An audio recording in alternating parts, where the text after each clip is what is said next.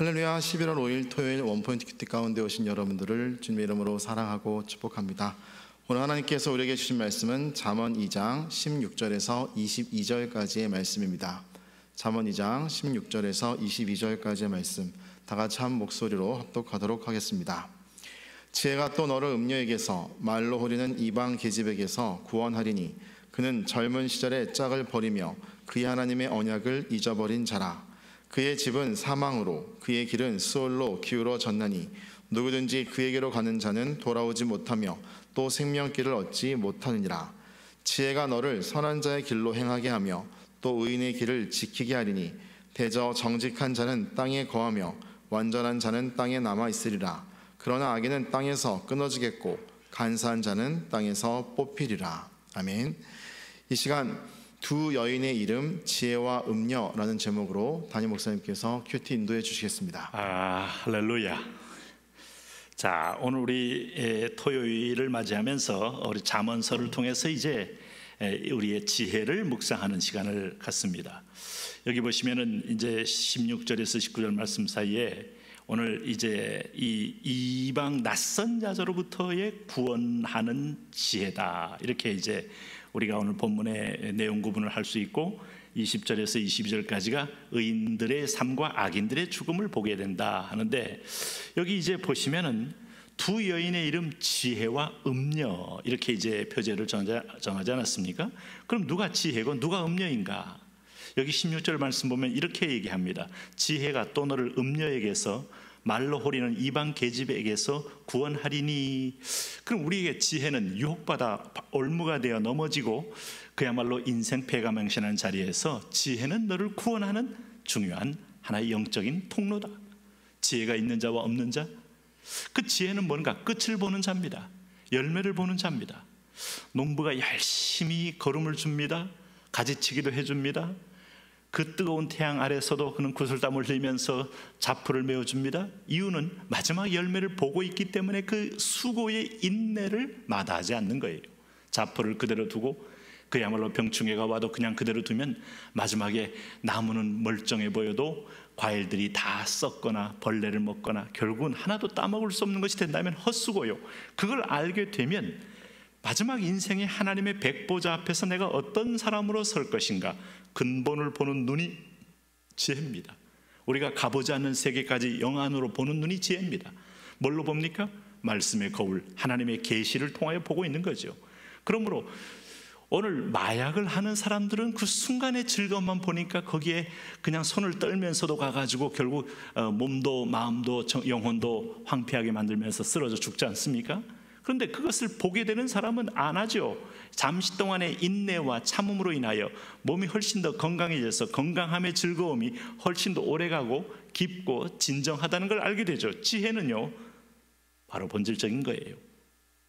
그래서 오늘 여기 17절 말씀 보니까 왜 이방 계집에게 마음을 뺏기느냐? 그는 젊은 시절에 짝을 버리며 그의 하나님의 언약을 잊어버린 자라. 이렇게 해서 이른바 그가 하나님이 짝지어준 그 짝지어준 사람의 대상에 대해서 언약을 잊어버리고 오늘 말로 호리는 이방 계집, 교원 영색으로 우리에게 그저 알랑하는 그런 말로 인하여 속이는 여인에게 빠지는 것이 바로 어리석은 일이다.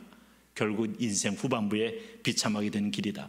돌이켜보면 이 세상에도 이렇게 인생 살다가 마지막에 참 쓸쓸하게 자녀도 찾지 않고 버려진 인생으로 끝나는 사람 우리가 가끔 보도를 통해서 보고 있지 않습니까? 이게 마치 그러므로 바른 지혜, 어리석어 보이지만 참 수단과 방법이 없어서 미련해 보이지만 참으로 소중한 지혜를 가진 자다 이겁니다. 그래서 다윗도 나중에 보면 여러 여인을 취한 것을 결코 그는 자랑하지 않아요. 네, 왕권으로서 고대 근동의 왕처럼 그는 이 여자 저 여자 취했습니다마는 아니요, 결국은 그도 하나님 앞에 설 때 그야말로 내 인생에 많은 바람이 지나간 그 여정 속에서 마지막 소망 하나가 딱 붙들게 되는데 솔로몬은 아예 고개를 진저리를 칩니다. 정략적으로 수많은 1000명의 여인들과 함께 그는 후빈으로 아니면 또 후첩으로 세웠습니다마는 그것이 나라를 망하게 한다는 걸 알게 되니까 초심에 처음에 가졌던 하나님의 지혜, 판별하는 지혜, 분별하는 지혜, 이 지혜를 내가 유지 못했음을 보면서 얼마나 인생 허탄함을 얘기합니까? 그래서 여기 18절 19절 뭐라고 말했습니까? 그의 집은 사망으로 그의 길은 수올로 기울어졌나니 누구든지 그에게로 가는 자는 돌아오지 못하며 또 생명길을 얻지 못하리라. 이 말은 뭐예요? 사망, 수올, 사망길, 무서운 거예요. 결국은 죽음으로 끝나는 자리는 어리석은 자예요.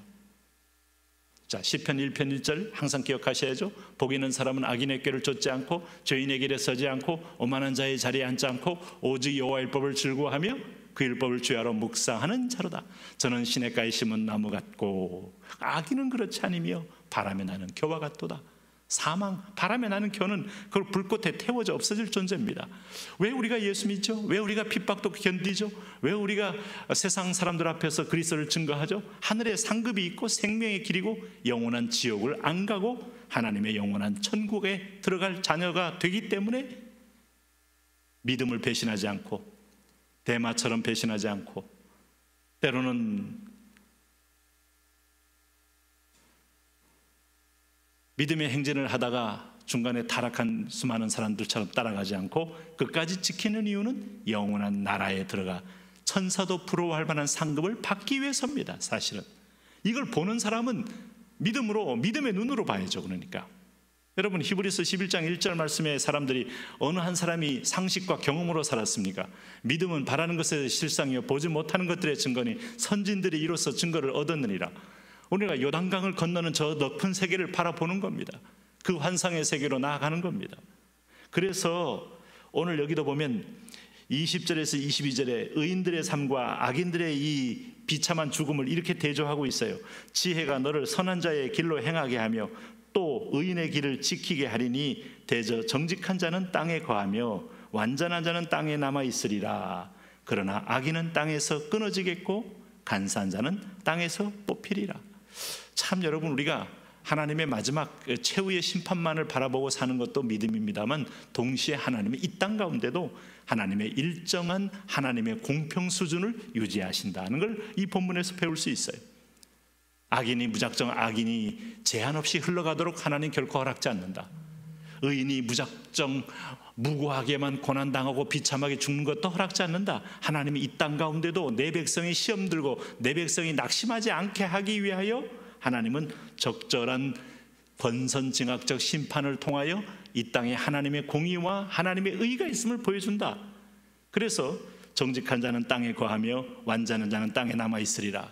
저는 이 말씀을 정말 믿습니다. 그래서 가끔 아주 악한 사람이나 그리고 아주 간교한 자들이나 아주 남의 등만 계속 치는 자들은 졸지에 심장마비로 죽거나 땅에서 하나님 뽑아내는 걸 볼 수 있어요. 특별히 하나님의 교회 공동체 안에서도 하나님의 집을 계속 세워가는데 끊임없이 방해가 될 때는 하나님이 적당히 그 대오에서 이탈시켜 빼가는 수가 있어요. 저는 그런 걸 곳곳마다 보면서 메시지를 느낄 때가 많습니다. 물론 모든 사람을 그렇게 직접 다 이 땅에서 손길로 다 하지는 않습니다. 그러나 악인은 땅에서 끊어지겠고 간사한 자는 땅에서 뽑히는데 오늘 정직한 자는 땅에 거하며 완전한 자는 땅에 남아있으리라는 것은 이런 사람들로 인하여 끊임없이 신선한 윤리적 어떤 도덕적 영적 수준을 유지하면서 하나님이 이 악한 세상에도 주인됨을 보여주더라 이겁니다. 그래서 여러분 정도를 가십시오. 믿는 자나 안 믿는 자나 정도를 가야 사업도 되고 자녀들도 되고 가정도 되고. 그렇지 불꽃과 불의를 행한 사람들 언젠가는 드러나서 순식간에 파산당하고 파산당하는과 동시에 인생도 종언치는 사람 많습니다. 오늘 우리가 잠언의 지혜 속에 하나님이 살아계심을 전제하는 가운데서 두렵고 떨림으로 구원을 이루어 나가는 겁니다. 하나님, 이런 믿음과 이런 신앙으로 하나님 앞에서의 코람데오의 삶으로 날마다 승리하게 하여 주옵소서. 예수님 이름으로 기도합니다.